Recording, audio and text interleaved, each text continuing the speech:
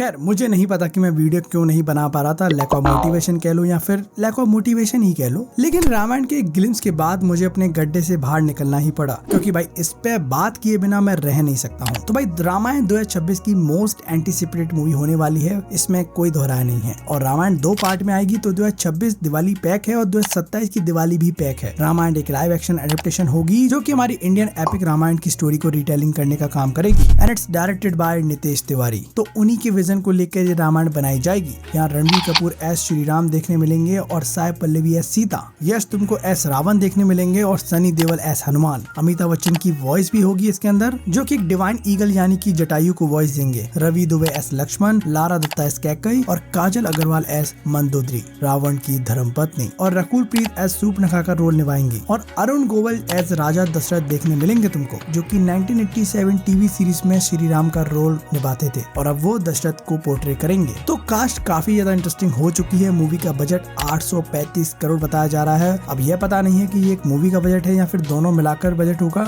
I think दोनों मिलाकर ही होगा और ये इंडिया की मोस्ट एक्सपेंसिव मूवी बन जाती है। अब इस मूवी की कुछ चीजें जो इस मूवी को थोड़ा खास बना देती हैं। पहली बात AR रहमान का म्यूजिक, उसके बाद हांस जिमर का भी म्यूजिक आता है, जिन्होंने इससे पहले Flash movie, Top Gun Maverick, Dune, The Lion King, Blade Runner ऐसी बड़ी बड़ी मूवी में म्यूजिक दे चुके हैं। तो भाई म्यूजिक अलग लेवल का होगा, जो कि ग्लिम्स देखकर ही समझ में आता है। ऊपर से इस मूवी का VFX का काम DNG ग्रुप को दिया गया है, जो कि ऑस्कर विनिंग स्टूडियो बना चुके हैं, जैसे कि डून, इंसेप्शन। तो VFX की डिटेलिंग काफी ज्यादा अच्छी हो चुकी है, जो कि दिखती भी है। और देखो मूवी इंडिया के लिए नहीं बल्कि ग्लोबली काम करेगी, मतलब ग्लोबली चीजों को रिप्रेजेंट करने का काम करेगी। इस बार IMAX में पूरी शूट हुई है। अब ये मूवी नहीं बल्कि एक कल्चरल मूवमेंट बन चुका है। तो एक फेथफुल 5000 साल पहले की स्टोरी को एक सिनेमैटिक तरीके से दिखाने का काम करेंगे। उस स्टोरी को रिटेलिंग करेंगे अपने अंदाज में, हॉलीवुड लेवल प्रोडक्शन के साथ, जो कि एक अच्छा कॉम्बिनेशन होगा। अब यहाँ पर अपन ग्लिम्स की बात कर लें तो स्टार्टिंग में लिखकर आता है, since the existence of time the trinity rules the 3 worlds. यहाँ बात हो रही है 3 देवों की।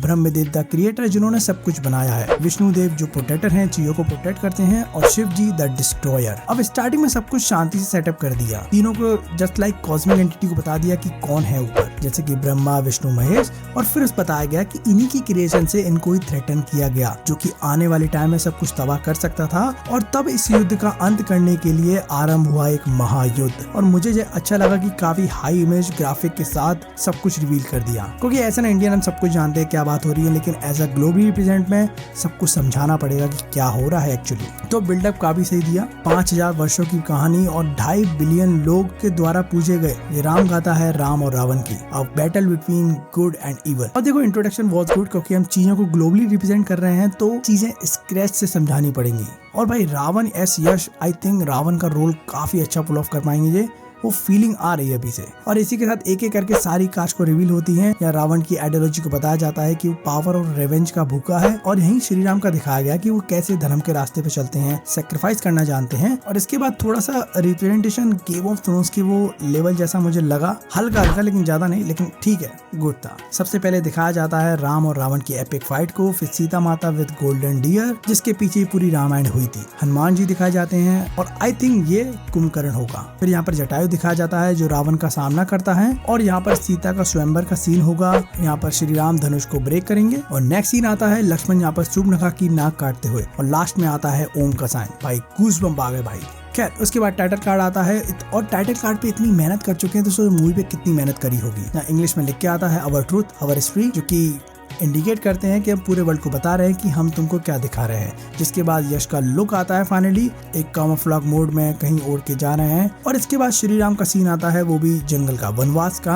यहाँ बेरफुट वो ट्री पे रनिंग कर रहे हैं और बैक करके एरो फायर करते हैं। और डिटेलिंग कितनी अच्छी है, और ध्यान से देखोगे तो कितना रियलिस्टिक फील होता है, एकदम एविटार जैसा लगता भी है थोड़ा थोड़ा। और वहाँ श्री राम का जो इंस्टेंट शॉट दिया वो काफी एपिक था, और माहौल देख के लग रहा है कि एक न्यू एनवायरनमेंट के साथ और एक सिनेमैटिक के साथ तुमको ये रामायण दिखाई जाएगी। जैसे कि कल की मूवी में महाभारत के सीन थे जो कितना गूज़बम्प दे रहे थे, मतलब कितने अपलिफ्टेड फील होते हैं, वो कितना इम्पैक्ट डाल जाते हैं। वो नजर आता है कि हर काम करा है उन लोगों ने। और भी लोग हैं जिनका नाम नहीं लेना चाहूंगा, हालांकि वो है आदि पुरुष वाले, जिनका 3D वर्क देख के लगता है कितना सस्ता 3D वर्क है। अब देखो बात वहीं पर आ जाती है, एज अ इंडियन हम स्टोरी जानते हैं, वो क्यों होगा, कैसे होगा और क्या होगा। हम इन सारे क्वेश्चन के जवाब पहले ही जानते हैं, तो हम किसके लिए जा रहे हैं, सिर्फ एक्सपीरियंस करने के लिए। एक मॉडर्न रामायण कैसी होगी अपग्रेडेड वर्जन में, जब आप पे इतनी सारी टेक्नोलॉजी है, आप उस चीज को हमारे सामने कैसे पेश करोगे, that is something that I don't don't know. नए किरदार के साथ मॉडर्न एरा में रामायण कैसी बनेगी उसको एंजॉय करना चाहते हैं। बाकी भाई तुमको क्या लगता है इस ग्लिम्स के बारे में, तो मुझे कमेंट में जरूर बता देना। मेरे को तो काफी सही लगा, हालांकि इनके ग्लिम्स से काफी ज्यादा पॉजिटिव वाइब आती है जो कि आदिपुरुष से बिल्कुल नहीं आती थी। तो